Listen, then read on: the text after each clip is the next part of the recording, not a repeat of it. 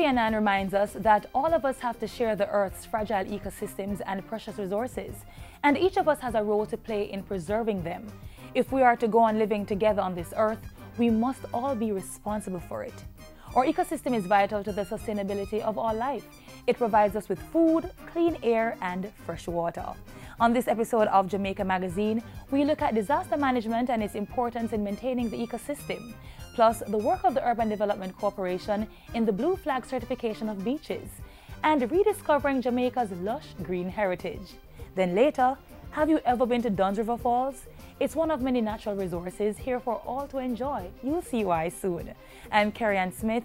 Take a deep breath and relax while we spend some time together on Jamaica Magazine.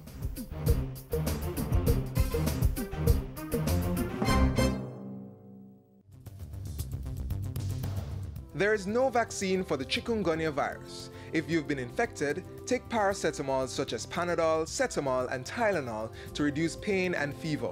Sleep under mosquito netting and get plenty of rest. Take showers or sponge baths in room temperature water to lower fever, especially in children, and drink lots of fluids to prevent dehydration. If your symptoms worsen, go and see a doctor. Do not take aspirin as this could cause bleeding, and never use rubbing alcohol. To learn more, call 1-888-1-LOVE. That's 1-888-663-5683.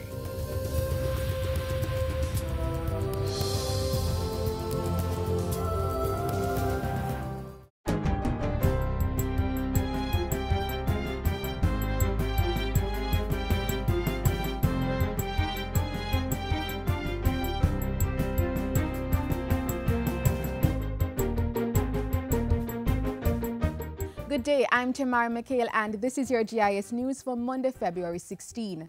Prime Minister Portia Simpson-Miller has committed her government to fast-tracking land and home ownership in 2015. Mrs. Simpson-Miller was speaking in Helsher, St. Catherine last Friday, where 60 homeowners were given keys and possession letters to their brand new homes in the Sandhills Vista housing development. We will continue to distribute many more titles which are now at various stages of being processed by the ministry. I have given instructions for this to be fast-tracked in 2015 so that more property owners can get legal proof of ownership.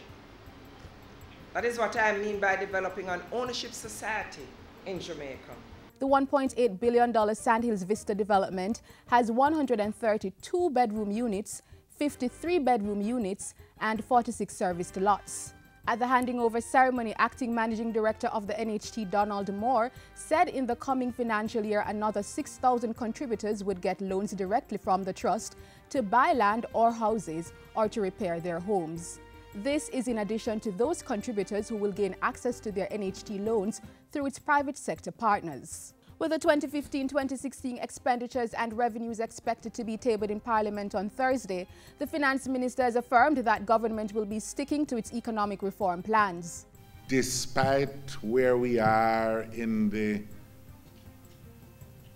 normal political stroke electoral cycle, we will not depart from our obligations with respect to the economic reform program and the agreement regarding the extended fund facility with the International Monetary Fund.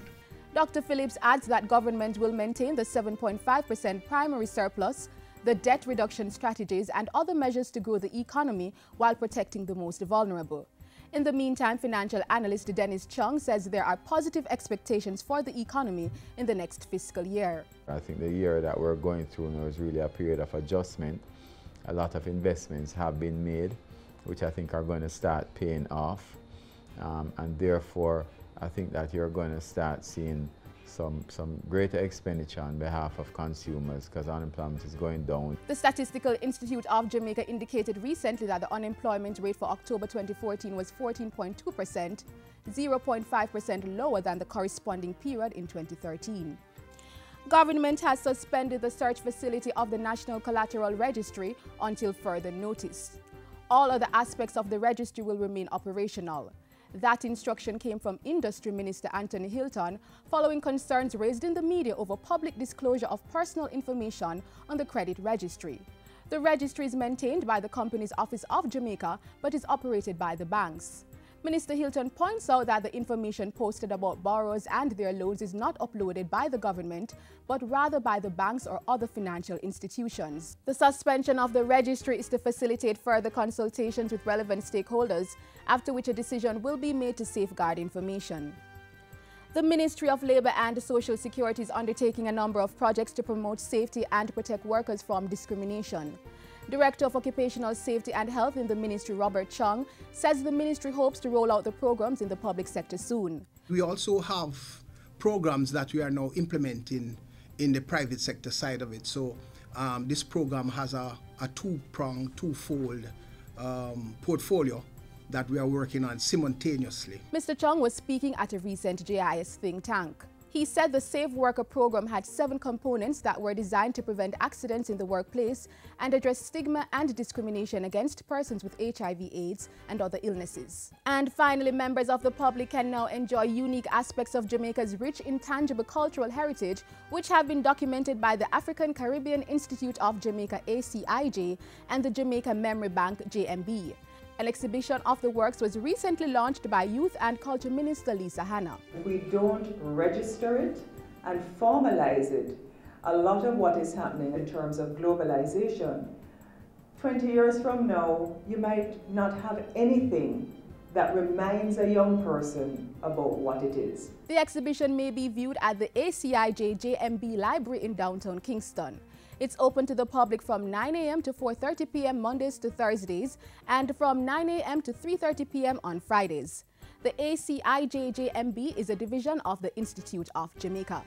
And that's it for GIS News today. I'm Tamara McHale. Thank you for watching.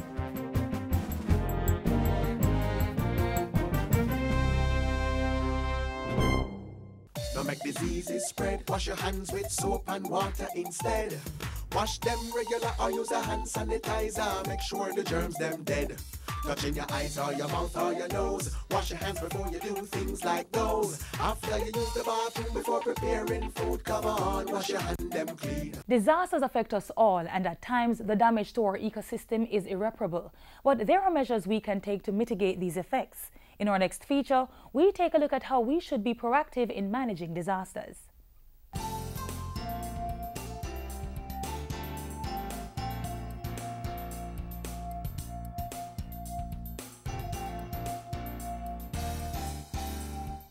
An unexpected natural or man-made catastrophe. Disasters almost always have a negative impact on people, goods, and services. They may also permanently change the natural environment. A disaster can seriously disrupt how society functions, causing widespread human, material, or environmental losses. It usually exceeds society's ability to cope using its own resources. There are 2 main types of disasters: natural and man-made. Natural disasters include earthquakes, floods, hurricanes, landslides, and droughts. Flooding can also be man-made. Other man-made disasters include fires, chemical spills, and transportation accidents.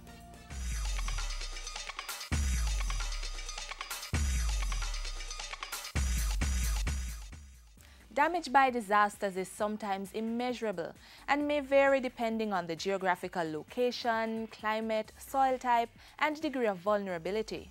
In addition to physical impact, disasters may have an economic or psychological effect.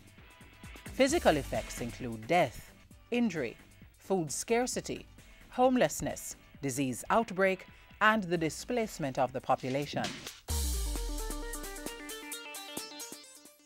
The economic effects of disasters may include destruction of crops, destruction of property, disruption of production, and a setback to economic development programs.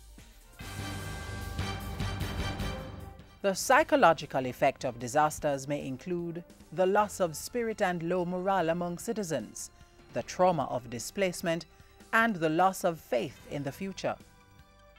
The Office of Disaster Preparedness and Emergency Management, ODPEM, says there are several factors contributing to the risk of disasters in Jamaica. We have to start with development, where we site development and the enforcement of development. Lack of management of the space, where we have housing in relation to where we have environmentally sensitive areas. That can lead to disasters. Also, if you don't have proper mitigation infrastructure to reduce or to prevent the effects of the hazards, natural or man-made, on the environment and on people, then we have disasters occurring. Waste management. If we continue to dump into our waterways, into our drainage ways, if we don't maintain our drainage infrastructure, then we could have a disaster occurring on our hands.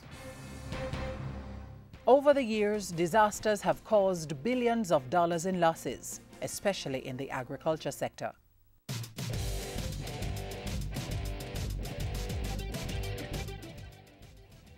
So how can we minimize the impact of disasters on life and property? Effective disaster management. Disaster management is a process or strategy that is implemented when any type of catastrophic event takes place.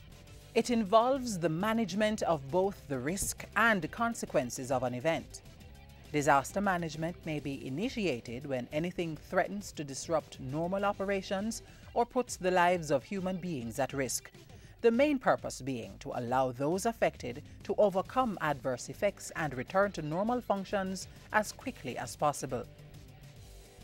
There are several stages of disaster management. You have the preparedness, mitigation or prevention, response and early recovery. In the preparedness phase, you want to do all of your training, capacity building, both of the local actors, the community actors, all the way up to the business sector and government. Mitigation is the second along the line, depending on where you start. And in mitigating, you're looking at putting in measures to prevent or to reduce the effects of the hazards on man and man's environment. If you fail to do all of the other things and do them well, then you're going to have responses to have to mount to the impact of these events. And so you're talking about your search and rescue, your emergency sheltering, your relocation issues during an event, so to speak, i.e. evacuation. All of that takes place in your response. And then you have your early recovery, which is after the event, after the impact, after the relief operations. You now begin to recover the systems, replace the impacted infrastructure and housing, and to get livelihoods up and running again, get people back to productive life. Every member of the society may be vulnerable to disasters, but some are at greater risk.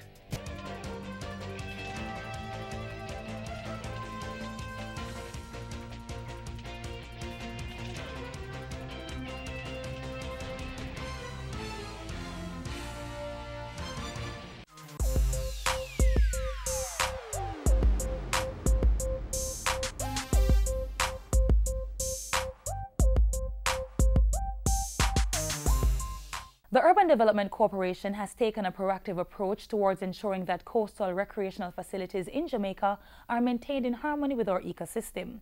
This ensures that our children and their children will be able to enjoy these natural resources for generations to come. Learn how next. Ocherius Bay Beach, referred to as Turtle Beach, is nestled between Sunset Jamaica Grand on the eastern side and Ocherius Cruise Ship Pier on the western end. Bluefields Beach Park is located on the southeast coast of Westmoreland, and Long Bay Beach Park 1 is situated along Negrill's famous 7-mile white sand beach. Separated by distance, all three beaches have one thing in common. They are all Blue Flag certified beaches, and they are operated by the Urban Development Corporation, the UDC.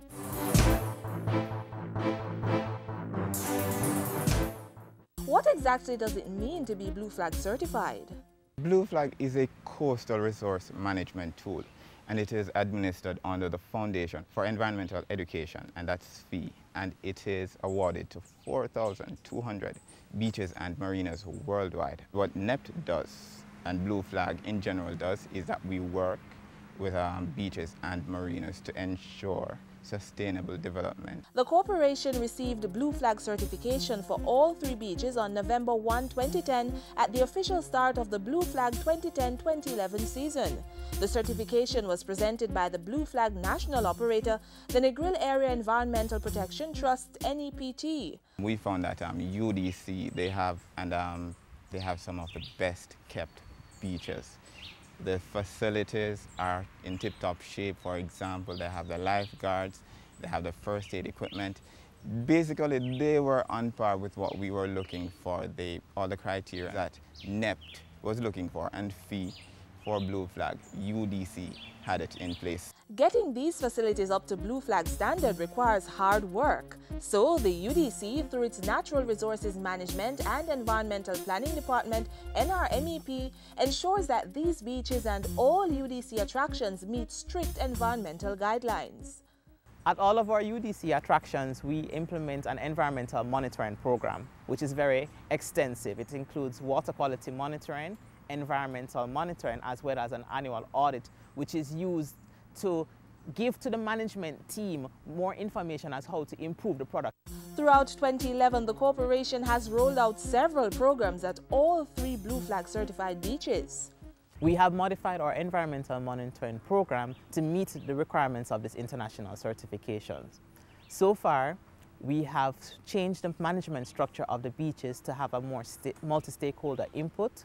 We have structured our outreach activities to focus on international days of environmental importance, such as World Wetlands Day and World Water Day. Several schools from the surrounding communities were invited to take part in these activities, which included tours, environmental talks, exhibitions, and loads of fun activities. We have also upgraded the safety and emergency plans of all the facilities to ensure that they meet these standards. We have implemented a recycling program at all facilities, which shows to the community that we are very serious about the implementation of this program. Patrons who visited the Bluefields Beach Park in Westmoreland have given the facility the stamp of approval. I think the beach is gorgeous. In my state, we have a lot of beautiful beaches as well, but this beach is far more beautiful than anything I've seen in Florida. I really love the color of the water, and it's very warm. Oh, I thought the beach was really nice. The water was a little bit rough, but it was warm, and the sand was clean, and it was nice. It was pleasant. So if you're in the mood to enjoy powder soft white sand, crystal clear water, and captivating scenery, take the time out to visit a UDC Blue Flag certified beach today.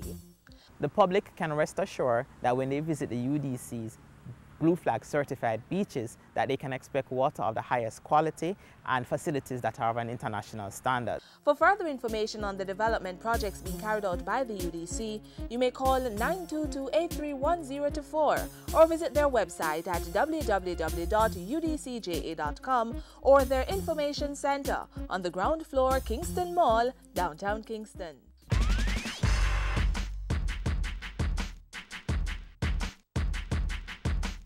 We only have one, and it cannot be replaced. Regrowth is possible, but only if we take care. We must take care of our ecosystem, which includes but is not exclusive to plants, animals, and small organisms. So be conscious of your farming practices and how the chemicals used on land interfere with the pollination activities of bees and affect the purity of water sources. Do not leave soil loose for lengthy periods of time. Cover with vegetation and mulch as soon as possible. Set up catchment areas for rainwater and recycle. Replenish the earth by replanting trees that have been cut down, especially on hillsides. This will also minimize landslides. Establish sanctuaries and parks so wildlife can thrive. And encourage your friends and associates to live in an eco-friendly manner.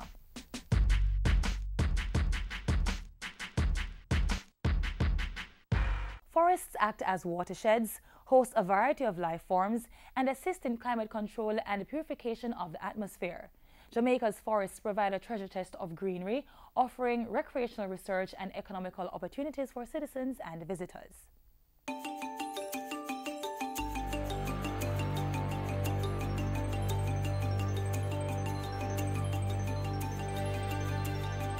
The beauty of Jamaica's forest cover gives the island an ambiance that is unique among Caribbean tourist destinations. Its rich flora, covering wide expanse of plains, mountains and hillsides, is magnificent. No wonder so many who visit claim it is the land of paradise. The total forest area amounts to some 336,000 hectares, or about 30% of the island, with approximately 88,000 hectares of this being virgin forest, showing minimal human disturbance. The plan is to ensure that we keep that 30% on the forest cover and then increase the amount. We have a two-pronged approach. In areas that persons are going in and cut, our job is to ensure that that is replanted.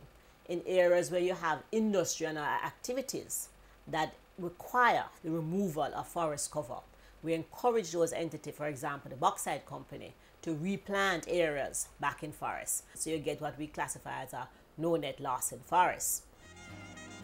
The diverse species of trees, shrubs and other plant life forming our unique tropical forests which decorate the island has significant environmental as well as economic value. These forested lands enrich the lives of all Jamaicans as they serve to protect and conserve the primary water resources, soil, biological diversity, and good air quality. These ecological benefits have led to several areas being declared forest reserves that are protected from any encroachment by law. We have 110,000 hectares that is now classified or designated as forest reserve. These are gazetted under the Forest Act, and they've been gazetted over a period of time. We started the early ones in very early 50s, like 1950, 55. We did a lot of gazetting of forest reserves. I can just give you an example, some of the examples. The Cockpit Country is a forest reserve. That's probably our second largest block. The Blue Mountains, also a forest reserve. The John Crow Mountains, the Bullhead Mountains in the center of the island, and out to the west, you have the Litchfield Mountains, that is areas in northern Trelawney. Those are also classified as forest reserve. Timber cultivation provides a meaningful source of income, while properly planned and controlled forest reserves create additional income-generating activities, including the collection of plant material for medicinal and horticultural uses. Our forests are also resources for activities such as the making of craft items, furniture, dyes, and biochemicals. There's also the value to agriculture as they support fruit yield and give protection to crops, such as coffee grown in the Blue Mountains, as well as other agricultural crops grown in hilly areas. And with their countless uses, scenic beauty and relaxing features, our forests continue to support the growing ecotourism industry through recreational-based activities. We have another array of urban forestries, trees that we plant out in the parks and on sidewalks and in schools in the city areas. And with those we have neem, which is also good with insecticidal properties. And then we have the flowering species, Ponciana, the Puis, poor man's orchid, and to a lesser extent, the Pride of Barbados. From all that's known about trees and their benefits in terms of sustaining life, everyone should feel a sense of individual responsibility to protect and preserve our green heritage.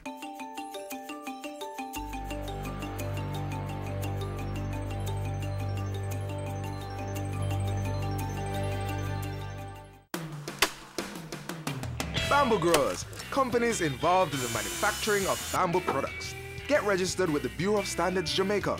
The BSJ is a member of the International Network for Bamboo and Rattan, and the government of Jamaica wants to develop a standard-led bamboo industry that could lead to job creation and economic growth. Companies, your products could be stamped with the regionally recognized Jamaica-made mark certification and the National Certification Mark. Get registered and receive quality training and international certification. For more information, call the Bureau's Special Projects Department at 926-3140 or visit the BSJ at 6 Winchester Road, Kingston 10.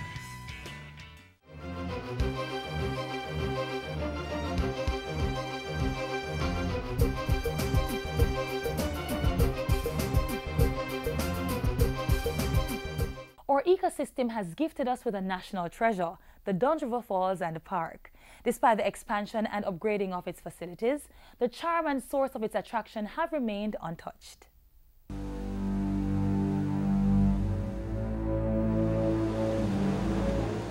Memorable, enchanting, relaxing, enjoyable. These are just a few of the adjectives that come to mind when one thinks of Duns River Falls and Park. Undoubtedly, Duns River Falls is one of Jamaica's leading attractions, a national treasure with international acclaim.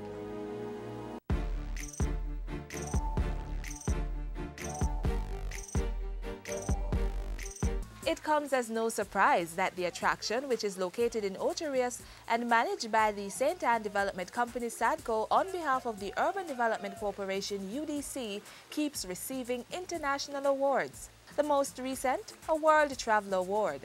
During November 2009, the attraction gained the coveted title of Leading Caribbean Tourist Excursion. The award was presented by the World Travel Awards located in London. The awards are regarded as the highest achievement that a travel product could ever hope to receive. This adds to the achievements of Duns River Falls and Park, which was voted by cruise officials as the most popular and exciting attraction in the Caribbean during 2004. Duns River Falls and Park's relationship with the UDC began in 1976 when the Belmont property was acquired by the corporation. However, since 1998, the UDC, through SADCO, has been engaged in major upgrading of the property with a view to ensuring parity with other world-class attractions and enriching the Duns River experience.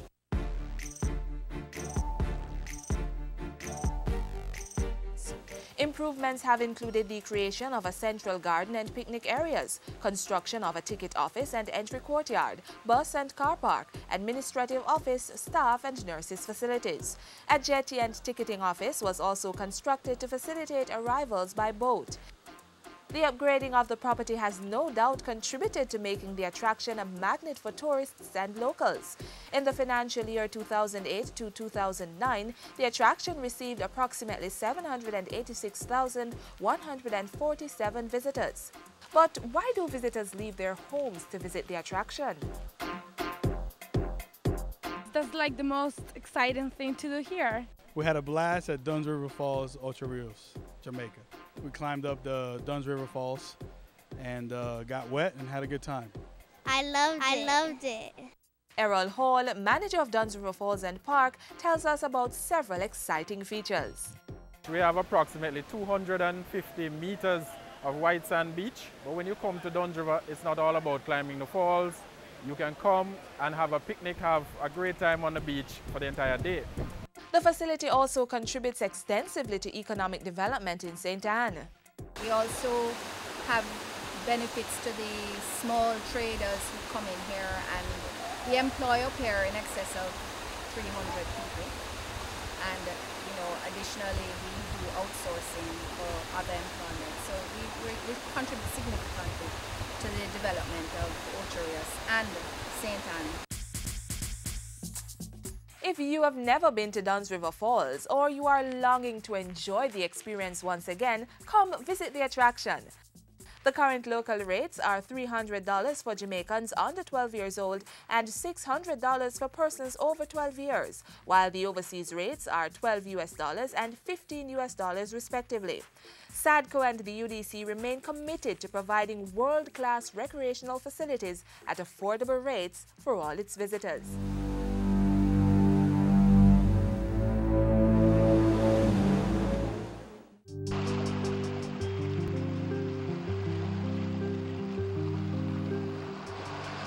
Clean, beautiful beaches and oceans have always been an important part of life. We can make a contribution whether we live on the shoreline or miles away.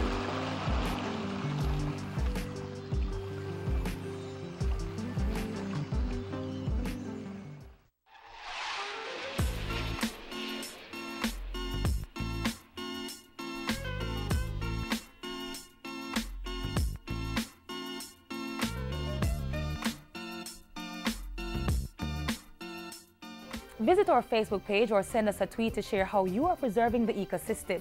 Stay up to date through our website and the YouTube channel. I'm Carrie-Ann Smith. On behalf of our hardworking team here at the GIS, thanks for watching, and let's strive for balance in our daily activities.